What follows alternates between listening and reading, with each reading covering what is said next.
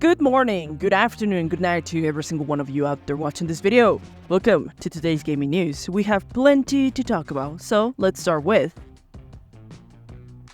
if there's something we must take away from 2023, deep in our memories is one of the best examples of game release, Baldur's Gate 3. This game has contributed as one of the greatest games to ever come out. Not only for the enormous amount of passion, love, and dedication put into it, but also as an example of how publishers should approach game releases. Most big AAA games released with a deluxe edition tends to cost more and include a few extras for fans. Even now, some publishers have started to add extra time of play before release, which I find as some of the most outrageous trap created to hook players into getting the deluxe edition. This special edition, you have to get it before you even try the game. Now, Baldur's Gate 3 breaks that mold once again. Larian Studios announced a deluxe edition of Baldur's Gate 3, which, by the way, includes a ton of memorabilia for those that buy it. It will be available with physical editions for Xbox or PS5 in case you play on those consoles. Now, the complete package includes a physical copy of the game for if you play it on PC, or you play it on Xbox, or you play it on PlayStation 5. There will also be a world map, an original soundtrack with 3 discs. That game has a lot of music. A Mind Flayer poster, a deluxe edition box designed to match the previous games they have, released before, 32 stickers, and 2 patches, as well as digital content. All of that for only $80. If you want to pre-order the deluxe edition, you can head over to Larian's website. And it's going to be available upcoming next year. But amazing work by Larian Studios. Now, from bad to worse and the worst, Embracer Group keeps showing up with horrible news and updates. After their terrible decision to buy everything and everyone within their range, and losing the financial support that was going to help them settle down, now the publisher, in their way of fixing the leaks, they are closing and firing most, if not many, of its working force. Announced during the week, Embracer confirmed a total of 900 employees were let go. This decision is part of their ongoing restructuring plans, or in other words, we made an oopsie and must patch it. So earlier in the year, the company closed the studio behind Saints Row games, as well as there are a couple of rumors running around where possibly Gearbox, the Borderlands developer, might be for sale.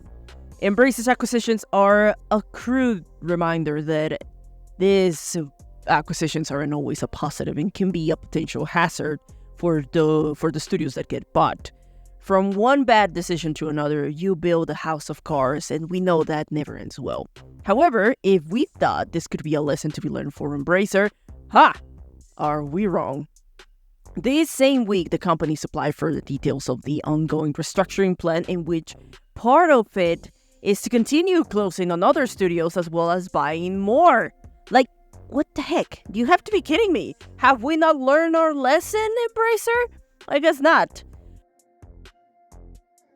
Now, on Wednesday, Nintendo had a 20-minute presentation of Indie World. Some of the exciting news out of the presentations are the arrival of Outer Wilds for Switch, which arrives on December 7th, and a physical edition in 2024. Planet Lana, a cinematic puzzle adventure framed by an epic sci-fi saga that stretches across centuries and galaxies, will be launching on Nintendo Switch in spring of 2024. Another great announcement was Shantae Risk Revolution. This action-adventure platforming features all the hair-whipping, belly-dancing action that Shantae fans have come to expect of the game. And this is going to be launching on Nintendo Switch in 2024. A final game to highlight is Death Trick Double Blind from Misty Mountains Studio and Neon Doctrine.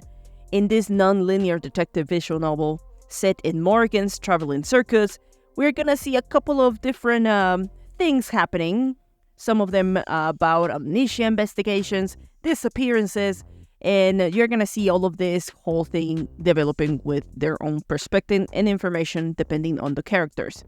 With only a limited number of actions, you must decide carefully which leads to the pursuit and finding the evidence to the mystery. This game is going to launch for consoles on Switch on 2024. In total, the presentation had 18 games showcased, most of them for next year. But let me know in the comments what game is more attractive to you.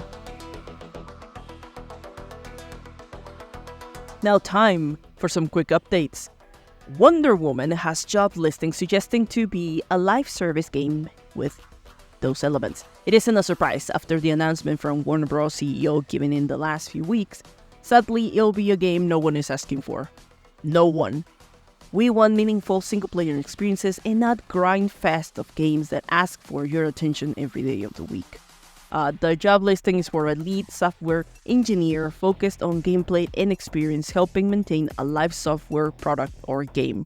When the game was announced, I was excited for it. Now I'm reluctant to even consider it as part of my upcoming games list.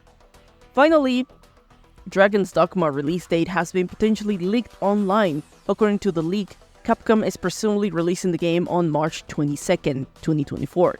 The image that held the information has been removed, so it could potentially be correct information.